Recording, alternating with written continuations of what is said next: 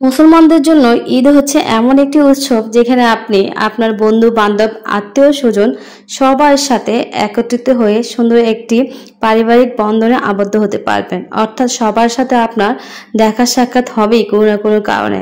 Hello everyone, আসসালামু আলাইকুম। কেমন আছেন আপনারা সবাই? আশা করি সবাই ভালো আছেন, সুস্থ আছেন। তো আজকে আমি অনেক দিন পর আপনাদের সামনে একটি লং ভিডিও নিয়ে হাজির হলাম।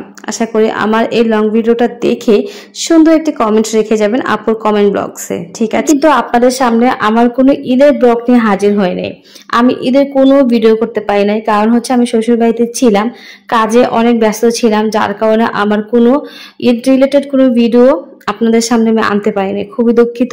আজকে আমি আপনাদের সাথে যে ভিডিওগুলো শেয়ার করব সেটা হচ্ছে ঈদের তৃতীয় দিনের ভিডিও।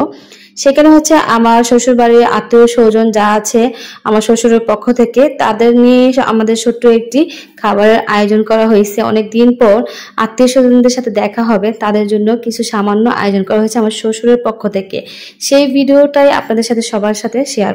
আমার ভিডিওতে আপনারা ম্যাক্সিমাম দেখবেন আমার কোনো কাজ থাকে না, আমি শুধু ভিডিও করি। আর আমার শাশুড়ি আম্মা যেন কি আমার নিজের মায়ের চেয়েও কোনো অংশে কম নয়। অনেক দোয়া এবং ভালোবাসা আমার এই শাশুড়ি আম্মার জন্য। আমার কাজের ক্ষেত্রে তার অবদান অনেক, ঠিক আছে? আমি যত বাড়িতে যাই সবকিছুই কিন্তু আমি ভিডিও করি, আমি কিছুই করি না, জাস্ট টুকটাক ওনাকে হেল্প করি। আদার্স যত কাজ আছে সব উনিই করেন। আমি যেহেতু লং ভিডিও মাঝে মধ্যেই দেই, আমার সবকিছু লং ভিডিও কিন্তু রান্না রিলেটেড থাকে। আমি তেমন একটা লং ভিডিও দিতে পারি না, কারণ হচ্ছে আমি যেহেতু গ্রামে থাকি না, শ্বশুর বাড়িতে, আমি শহরেই থাকি। মাঝে মধ্যে গেলে তখন আমি লং ভিডিও দিতে পারি, কিন্তু আমার বাসা লং ভিডিওর ক্ষেত্রে তেমন একটা আমি কমফোর্ট ফিল করি না, দ্যাটস ওয়াই দেওয়া হয় না। তো যাই হোক, যারা নাকি গ্রামের ভিডিও পছন্দ করেন তারা কিন্তু আমার লং ভিডিওটা দেখে অবশ্যই ভালো লাগবে। আর আমরা সবাই কম বেশি জানি গ্রামে মাটির চুলা রান্না সেই অতুলনীয় স্বাদ, সেটা আর বলার অপেক্ষায় রাখে না। দেখেন আপনাদের দুলাভাইকে দিয়ে কাজ করাচ্ছি, বেচারা সারাদিন বন্ধু বান্ধবের সাথে ছিল, একটু কাজে হেল্প করে না, শেষে ওকে কাজে লাগিয়েছি। আর দেখেন আমার শাশুড়ি মায়ের হাতে রান্না, মাশাআল্লাহ কি সুন্দর কালার আসছে। এখানে যেহেতু আমরা সবাই পারিবারিক বন্ধনে একটা সুন্দর একটা আয়োজন করেছি, মুরব্বীদের যেহেতু আমি ক্যাপচার করতে পারি নাই, সেই ক্ষেত্রে আমি বাচ্চাদেরকে নিয়ে খুব সুন্দর একটা ক্যাপচার করে নিয়েছি।